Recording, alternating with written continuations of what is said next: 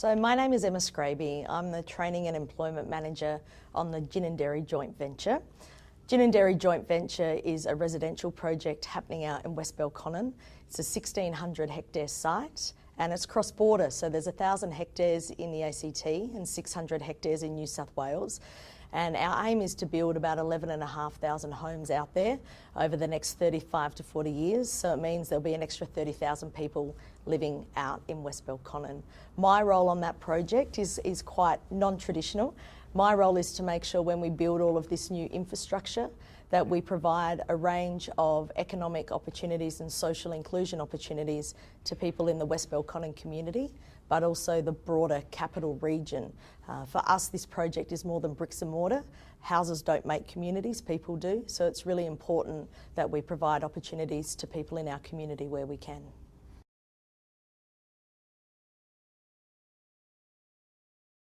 So it's not just about economic for us, it's about environmental, it's around social, and it's around ecologically, making sure that we deliver outcomes for the Canberra community. As I said before, a community is more than houses, and the more people that are educated, trained and employed in a community, the better that community is going to be and the more choices that community is going to have. So in essence, training, education and employment is a key part of any new residential development.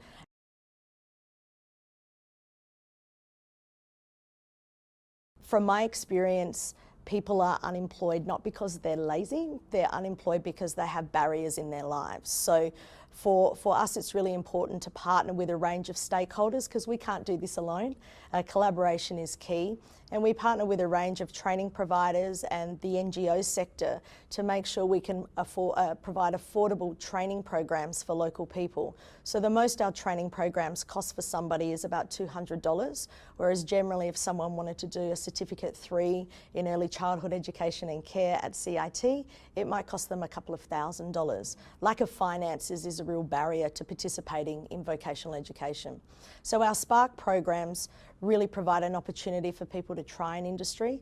They're delivered a little bit differently. Our programs target those in our community who are not going to CIT and who are not going to university because they may have had a bad educational experience. So we structure our programs very differently to kind of light that spark in people again, to get them excited about learning and education. Because knowledge is power. So if you can get people connected into education again, it really does help to change their trajectory and also their family's trajectory, which is really important. So our programs are in hospitality, business administration, construction, horticulture, land management, and a range of other sectors. So it's really important for us to be able to provide those every year to our community. We work with young naughty kids at school who are not wanting to go to school. We work with mums who are quite socially isolated in the community and looking at returning to work. We work with culturally and linguistically diverse groups. We work with Aboriginal and Torres Strait Islander groups. We work with long-term unemployed. We work with people coming out of corrections. So our cohorts are really quite varied. But for us, as I said before, the pathway out of poverty is knowledge and the ability to have more choice. And education and training is an amazing way to do that. What we find with our Spark programs is people don't know what they don't know. And I'm a big believer that you are who you surround yourself with. And networking and relationships is a key to having more choices and having pathways out of poverty. So with our Spark programs, it's not just about the qualification, it also becomes about the networks and the relationships you build and taking those blinkers off and seeing what else is out there in the big wide world for you. So we have so many stories I could share with you, but there's a couple that really stick out. There was a mum from Charmwood who has 5 children, and she was a single mum, really doing it quite tough. I met her in 2017 on our Certificate 3 hospitality program, and she was very challenged by starting to study again after a really long time of not doing anything. And her journey was just amazing. The growth, the confidence, confidence is a really big thing, and we often doubt people's ability to be confident in themselves. But once people are confident, it's amazing what they can do. And if you show a little bit of faith and belief in someone, it's amazing where that can take them. She finished our Certificate 3 hospitality program at the end of 2017, and now she's a full-time apprentice chef. The other example I can give you is we obviously do a lot of work in construction. And at the end of 2016, I met a young gentleman from Africa. I won't say his name. Beautiful, tall, handsome man who could not read and write very well.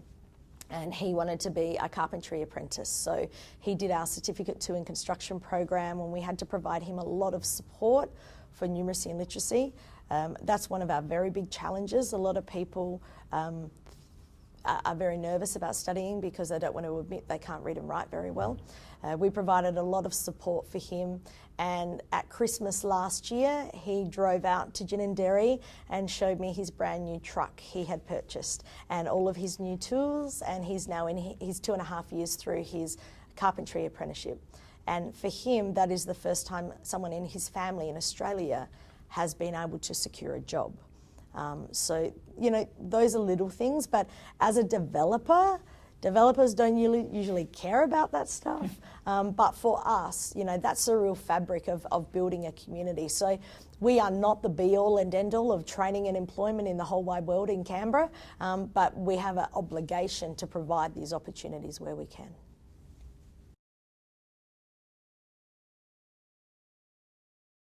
And you know, if developers would take a risk and see this as a way to enhance their development, because it's not just about money, it's about people, and that's really important. And once developers, I know that when I came from Adelaide to Canberra, and when I first got here, people were like, why is a developer even doing this? And people don't like change.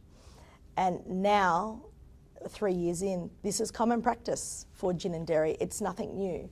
And I would love for this approach to be not something that's different, that's just something that is the norm around building new residential communities, not even in Canberra, but across Australia.